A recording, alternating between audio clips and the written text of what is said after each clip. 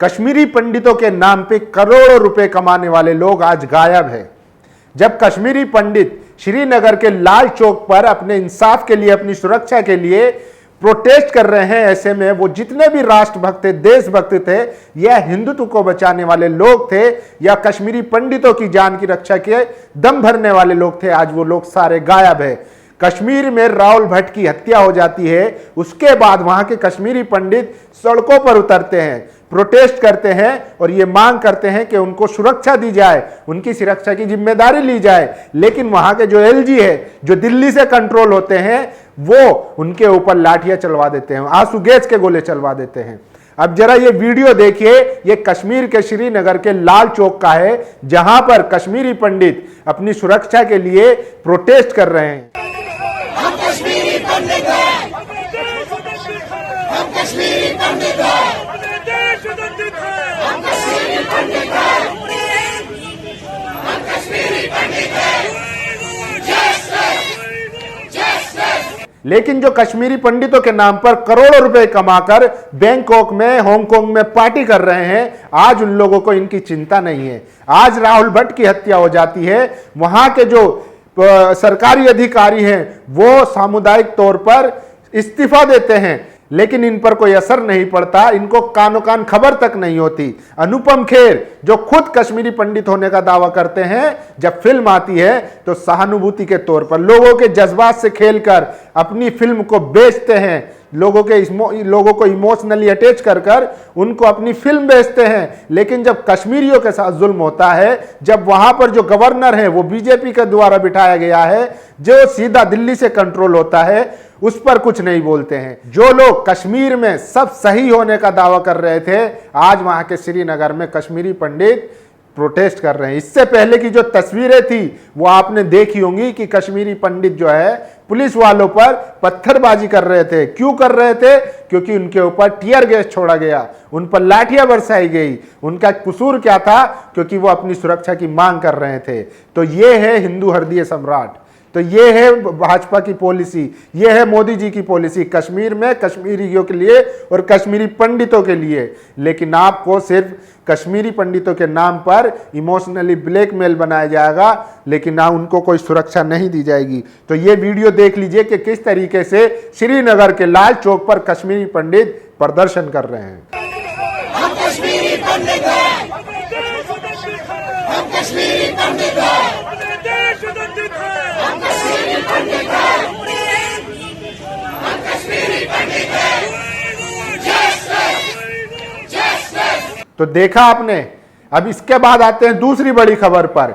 यह बड़ी खबर है, इससे आप समझिए कि एक प्रदीप कुमार नाम का शख्स जो भारत की सेना की जानकारी IAS को देता था, वो गिरफ्तार हो जाता है, वो पकड़ा जाता है। तो मीडिया उसको हनी ट्रैप बताकर उस मामले को दबाने की कोशिश करती है। वहीं अगर कोई प्रदीप की जगह कोई मोहम्मद होता, जुबैर होता, फैसल होता, तो उसके फांसी की मांग की डिमांड करने लगती यही मीडिया। लेकिन आप समझिए ये कितना घातक है, खतरनाक है। अभी इससे पहले एक और शख्स पकड़ा गया था जो वायुसेना की जानकारी पाकिस्तान को दे रहा था, IAS को दे रहा था। अब आप समझिए इन पर कोई एक्शन नहीं होगा। इन लोगों को हनी ट्रैप बताकर इनको फंसाया गया है, ऐसा बोलकर इनको छोड़ दिया जाता है या इनको रियायत दे दी जाती है। वहीं अगर कोई मुसलमान होगा या मुसलमान नाम होने पर ही उसको तुरंत फांसी की सजा देने की बात आ जाती है। आपने देखा किस तरीके से ये लोग काम करते। देखिए, हनी ट्रैप के जाल में फंसा भारतीय सेना का जवान प्रदीप कुमार पाकिस्तान की ISI के लिए करता था जासूसी, महानिदेशक पुलिस इंटेलिजेंस। तो आप समझिए कि ये शख्स जो जानकारी दे रहा था वो कितना खतरनाक हो सकता है देश के लिए, देश की सुरक्षा के लिए और सेना के लिए।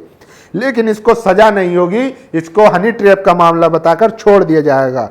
अब ये देखिए अगली खबर। गुजरात के पोरबंदर गोशवारा में मुस्लिम मछुआरों का आरोप है कि उन्हें मछली पकड़ने से बेचने की इजाजत नहीं दी जा रही है, जिस कारण उनका परिवार आर्थिक तंगियों से गुजर रहा है। गुजरात के पोसाबारा में जहां पर 600 लोग तकरीबन मुस्लिम रहते हैं, उनको मछली पकड़ने के बायकाट कर रखा है।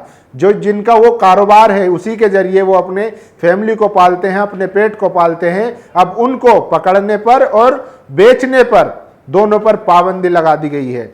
तो उसी को लेकर ये वीडियो है, इनकी जरा सुन लीजिए। और इन्होंने साथ ही अब ये याचिका हाई कोर्ट में भी डाली है कि उनकी जो अर्थव्यवस्था है, उनका जो घर है उसी से चलता है, तो उसको लेकर इनको इजाजत देनी चाहिए। यहाँ जो 600 लोग रह रहे हैं गोसाबारा गांव में, उसका धंधा मछली पे ही निर्भर है। मछली के सिवा कोई धंधा कर नहीं सकते, कोई पढ़े लिखे है नहीं, इसलिए मछली का धंधा पीढ़ी दर पीढ़ी 5 पीढ़ी से कर रहे हैं।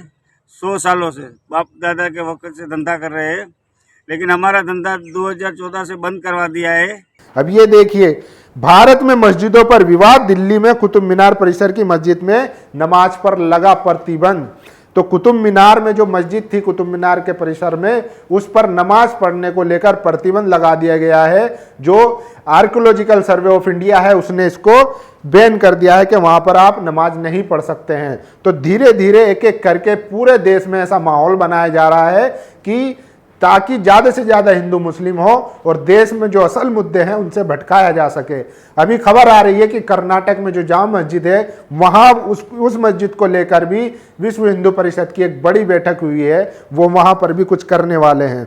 और ये देखिए, जम्मू कश्मीर एक्सप्रेस, उमरान मलिक को भारतीय राष्ट्रीय क्रिकेट टीम में शामिल होने पर ढेर सारी बधाई। तो उमरान मलिक जो है, उन्होंने आईपीएल में शानदार प्रदर्शन किया था, अब उनको जो है भारतीय टीम में चयनित किया गया है। वो अफ्रीका के दौरे पर भारतीय टीम की तरफ से खेलते हुए नजर आएंगे। इसके अलावा देखिए, असम में थाने को आग लगाने वालों के घरों पर चला बुलडोजर, कई लोगों को हिरासत में लिया।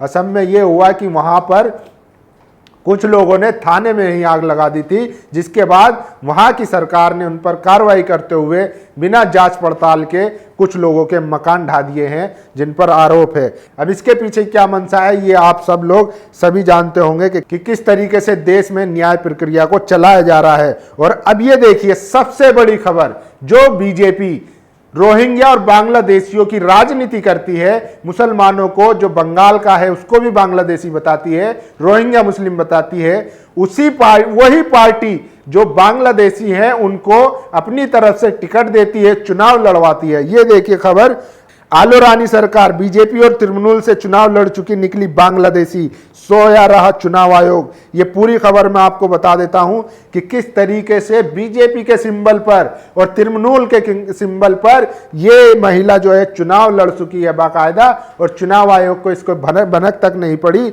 और यही लोग मुसलमानों को, जो बंगाली मुसलमान हैं, उनको बांग्लादेशी और रोहिंग्या मुसलमान बताकर मारते हैं, पीटते हैं और उनको भारत से भगाने की बात करते हैं। देखिए, बॉलीवुड की एक हिट फिल्म में फर्जी एनकाउंटर मामले की सुनवाई के दौरान अभियोजन का पक्ष वकील एक ऐसा गवाह पेश करता है जिसके पास Aadhaar card, PAN card, voter ID जैसे सारे प्रमाण होते हुए भी आखिर में वे पाकिस्तान का एजेंट निकलता है, जो एक साधु के वेश में रह रहा होता है। ठीक ऐसा ही एक मामला बंगाल में भी सामने आया है। फर्क सिर्फ इतना है कि आरोपी महिला बीजेपी और तृणमूल कांग्रेस दोनों के टिकट पर 2 बार विधानसभा चुनाव लड़ चुकी है, लेकिन कलकत्ता हाई कोर्ट ने शुक्रवार को उन्हें बांग्लादेश का नागरिक करार दे दिया है। तो आप समझ सकते हैं कि किस तरीके से। अब जरा इनका नाम सुन लीजिए। बात हो रही है तृणमूल नेता आलो रानी सरकार की, जो 2016 में बीजेपी के टिकट से और 2021 में तृणमूल के टिकट से विधानसभा चुनाव लड़ चुकी है। शुक्रवार को हाईकोर्ट का फैसला आने के बाद बीजेपी कहीं बचाव में तो कहीं तृणमूल पर ही हमलावर दिखी, लेकिन इस सवाल का जवाब नहीं दे पाई कि आखिर बांग्लादेश में पैदा हुई एक महिला के पास Aadhaar card, PAN card, voter ID जैसे प्रमाण पत्र कैसे आ गए, बिना छानबीन के उन्हें चुनाव लड़ने का टिकट कैसे मिल गया। तो जो पार्टियां इनको चुनाव लड़वा रही है, अब वो बताएं कि ये बांग्लादेशी महिला आखिर कैसे 2 बार चुनाव लड़ सकती है, और चुनाव आयोग क्या कर रहा था, क्या सो रहा था। देखिए, इस पर कोर्ट ने क्या कहा है। 1 साल तक चली अदालती कार्रवाई के बाद कलकत्ता हाईकोर्ट ने साफ कहा है कि Aadhaar card, PAN card, voter ID जैसे प्रमाण पत्र होने का मतलब ये नहीं कि कोई भारत का नागरिक माना जाएगा।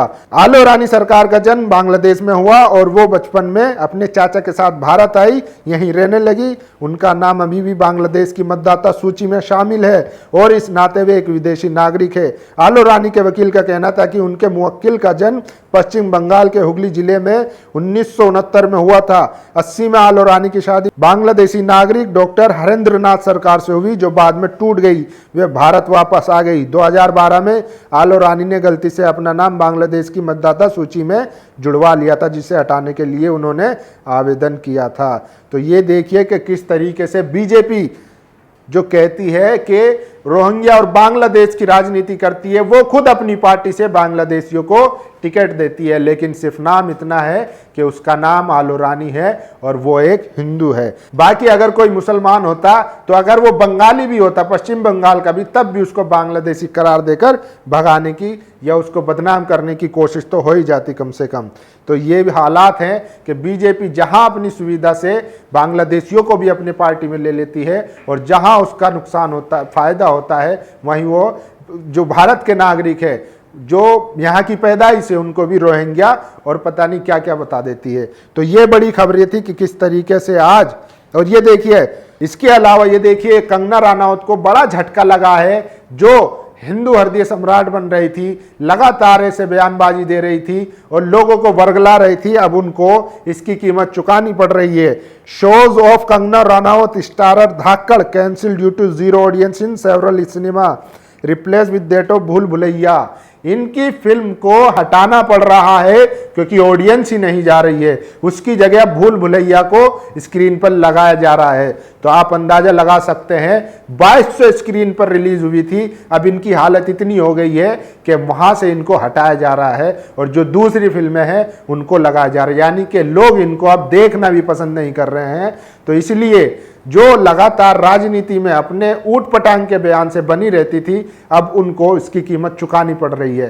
तो ये सारी बड़ी खबरें थी कि किस तरीके से बीजेपी अपनी सहूलियत के हिसाब से बांग्लादेशियों को भी अपनी पार्टी में शामिल कर लेती है, वहीं दूसरी तरफ अपनी सियासत के लिए कश्मीरी पंडितों का इस्तेमाल करने वाली बीजेपी आज उनको सुरक्षा नहीं दे पा रही है और आज जो है, जो झांसी की रानी थी, उनका झांसी का राजा बन चुका है। तो कंगना रनौत की जो धाकड़ फिल्म आई थी, अब वो धड़ाम से गिर गई है। तो ये सारी खबरें थी जो मैं आपके लिए लाया था। इस वीडियो पर आपकी क्या राय है, आप अपनी राय जरूर दीजिए। शुक्रिया। नेशनल दस्तक की आपसे गुजारिश है कि अगर इसको बचाना चाहते हैं तो नेशनल दस्तक को सब्सक्राइब करने के लिए रेड कलर के सब्सक्राइब बटन को दबाएं, फिर बेल आइकन की घंटी दबाएं। नेशनल दस्तक को बचाने के लिए बहुत जरूरी है कि हर खबर को शेयर करें, लाइक करें, कमेंट जरूर करें।